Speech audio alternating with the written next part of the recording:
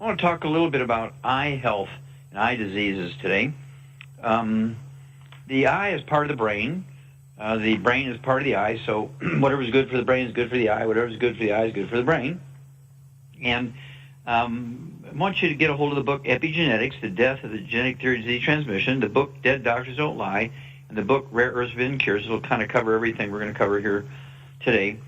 And it gives you good basic principles for the health of the eye. Now, the eye requires all 90 essential nutrients, just like your brain, your cheeks and your tongue and your heart and your lungs and your liver and kidneys and muscles and bones and cartilage. Every tissue in your body, including the very complex mixed tissues in your eye, require the 90 essential nutrients.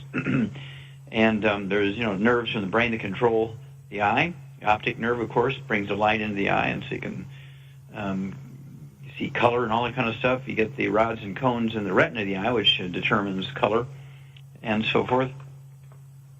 And then you have the cornea, which is the clear part of the eye that the light comes through from the outside.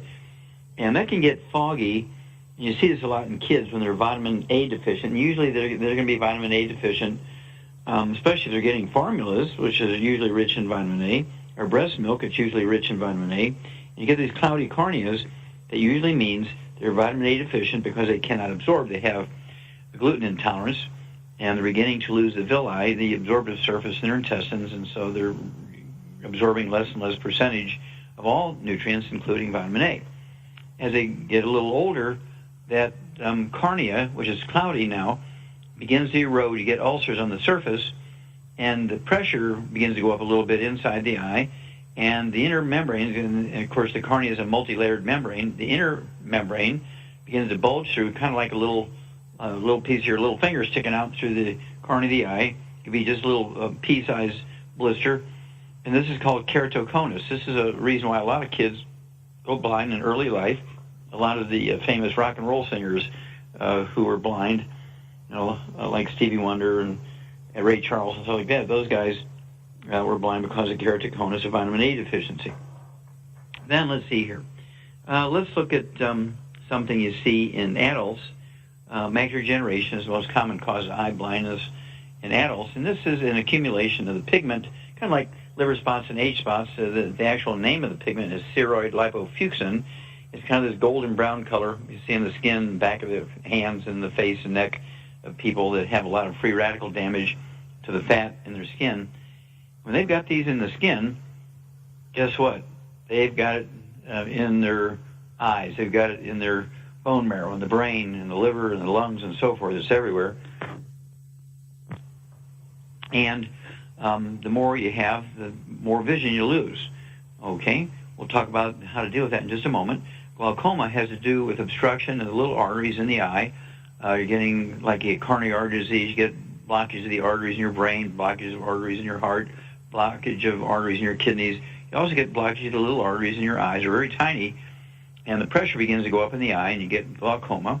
And you can certainly lose your vision from that because the pieces inside the eye, the lining of the eye, retina, the lens, everything gets displaced by this pressure, and the function of all these tissues in the eye begin to break down and literally go away.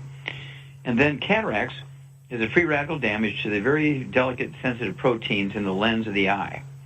Now, cataracts, if you catch them in the earliest of stages, are reversible, but very quickly, cataract within months or certainly years, these early cataracts, once they get to a certain point, you can stop them sometimes from progressing, but you can't reverse them.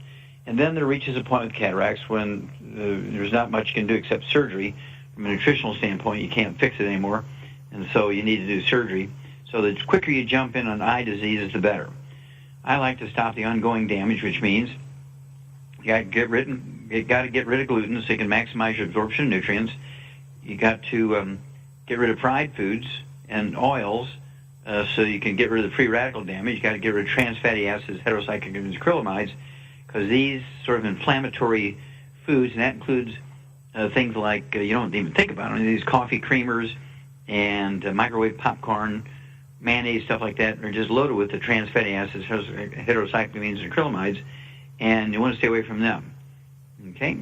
Now, for the glaucoma, you got to reestablish circulation to those little blocked arteries, and macular degeneration we need to help the immune system in the eye begin to gobble up the pigment that's blocking the light from getting through the eye and causing gradual blindness. So, none of the bad foods, no fried foods, no processed meats, no oils. That means no olive oil, coconut oil, margarine, mayonnaise, salad dressing, cooking oils, and certainly no gluten, no wheat, no barley, rye, and oats. Now, I like to use the Healthy Brain and Heart Pack to support maintenance repair of the eye because it's part of the brain, and so whatever good for the brain, good for the eye, and vice versa. So the Healthy Brain and Heart Pack, 1 per 100 pounds of body weight. I like to throw in Vision FX, which has lots of nutrients in there that are specifically required by the eye, including the luteins.